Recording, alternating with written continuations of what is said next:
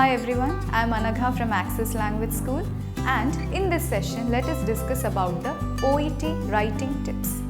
Now, writing is considered to be one of the most difficult modules for most of the candidates, but you can easily get through it. You may be wondering how. So, writing is not as that much harder when compared to the IELTS session when you talk about the OET session. In the writing task, you will be provided with 45 minutes.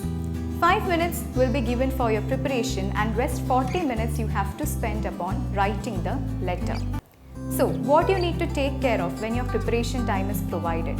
It is the crucial time because you need to differentiate between what all are the important points, what all are the unimportant points, what kind of letter you should write about, to whom are you writing and why you are writing.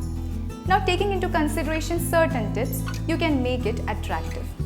First of all, do not spend much time upon your introduction and plan your introduction according to the type of the letter. You may be knowing there are several types of letter under OET writing like referral letter or transfer or home visit and so on.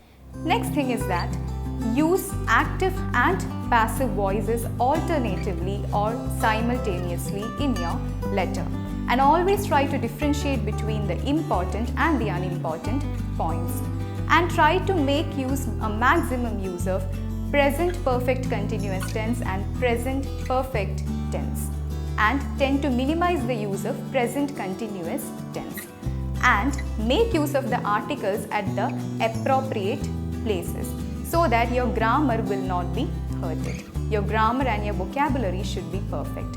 And always remember about the usage of capital letters. And last but not the least, the practice of the previous year questions or the sample test papers would definitely help you in order to achieve a good score in your OET writing test. Hope it was useful to you, and thank you.